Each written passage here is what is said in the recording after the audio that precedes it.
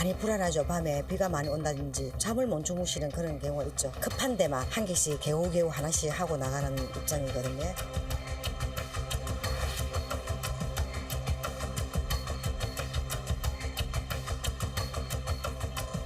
방치되다가 이제 폐가 수준이 되면 이제 철거를 해야 되는데 누구가라도 소유자의 동의가 있어야만 철거가 가능하다 보니 이제 그런 부분이 이제 행정적으로 처리하기가 어려움이 발생합니다.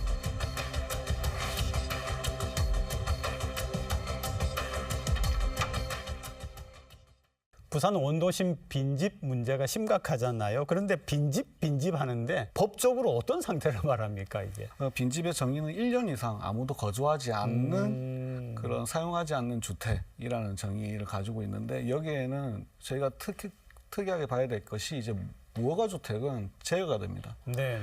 그래서 지금 각 그 통계청과 각 지자체에서 이렇게 빈집 통계에 대한 이런 부분들이 엄청 많이 차이가 나고 있는데 결국에는 무허가 주택은 빈집에 들어가지 않기 때문에 생기는 그런 그 문제점이라고 생각을 하고 작년부터 이제 이러한 문제점에 대해서 인식을 가지기 시작을 했기 때문에 이런 통계에 대한 문제를 관심을 가지고 이제 이번에 법안에도 무허가 주택도 빈집에 넣도록 하는 그런 법안이 지금 발의되어 있는 상태고 지역에서도 그런 조례들을 지금 준비를 하고 있는 그런 상황입니다. 빈집이 어느 정도입니까, 숫자가? 네, 우리 부산 같은 경우는 뭐 피란 수도였다는 그 특징이 네, 있어서 네. 인구 밀도가 갑자기 늘어나면서 좁은 경사로를 가진 이런 산복도로에도 이제 무허가로 혹은 슬라브 형태로 이제 굉장히 많은 주택이 지어지면서 이 빈집은 원도심을 중심으로 많은 편입니다.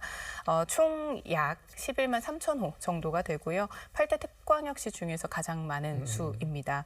2020년 기준으로는 5,069호의 빈집이 있었다라고 통계가 됐었는데 사실상 이게 지자체나 또 지자체에서 관심을 가지게 되면서 이에 대한 조사를 조금 더 면밀히 하기 시작하면서 그 수가 늘어난 것으로 보이기도 하고요.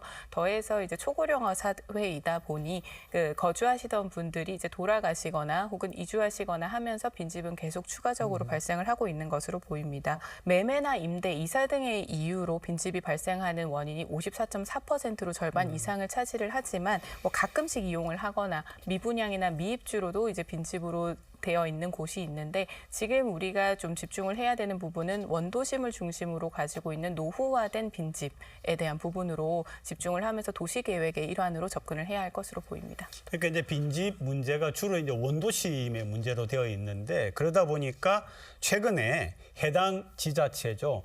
중, 동, 서, 영도, 부산진 이렇게 5개 구가 지자체의 공동 협의체를 만들어서 대응한다는데 내용을 좀 소개해 주시죠. 네, 지자체가 자발적으로 이 빈집 문제를 해결하기 위해서 이제 조례 개정안에 대한 의견도 내고 또 실질적으로 어떻게 이 부분을 계획적으로 개발할 것인가에 대해서 의논을 하기 위해 만들어 놓은 협의체입니다. 그러니까 공동 대응의 의미도 있기 때문에 구별로 이제 조례를 개정을 하고 시의회에도 이제 제안을 해서 시에서도 조례 개정이 되면서 또 그 법안이 상위 법안인 국회까지도 지금 현재 올라가 있는 상태인데요. 이렇게 실질적인 해결 방안에 대해서 논의를 하는 것뿐만 아니라 현재 진행하고 있는 빈집 사업에서 좀 아쉬운 부분들에 대한 부분도 개선책이 나올 것으로 보입니다.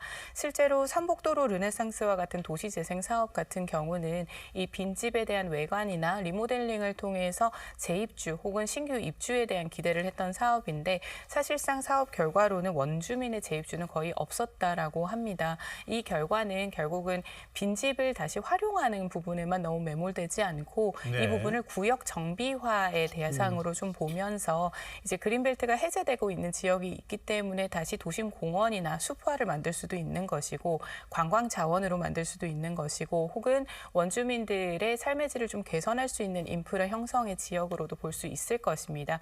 결국은 삶의 질이 그 도시의 매력도를 높이는 것이기 때문에 원도심으로 다시 재유입시키기 위해서는 북한 재개발과 좀 연계해서 이 빈집들에 대한 구역 정비가 이 협의체를 통해서도 제안될 것으로 보입니다. 그러니까 이게 지자체가 열심히 대응을 한다고 하는데 한계가 있을 건데 그럼 어떤 보완이 필요할까요?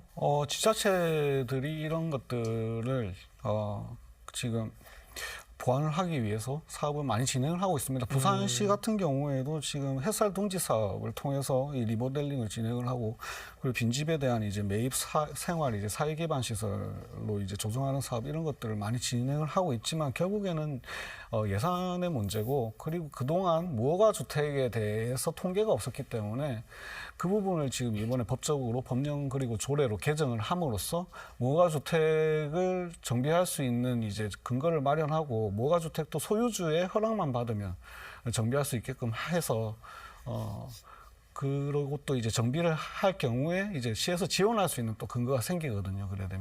그래 되면 빈집을 정비할 빈집 정비가 이제 탄력을 받을 가능성이 크고, 결국에는 시에서 이러한 것들을 이제 통해서 사업을 집행을 할 때 결국에는 예산의 문제인데, 이러한 예산의 문제 때문에 결국엔 중앙 정부에서 전 국토 이제 지방들의 빈집 문제가 부산뿐만의 문제가 부산은 문제일 뿐만 아니기 때문에 전 국토에 대한 빈집의 통계에 대해서 좀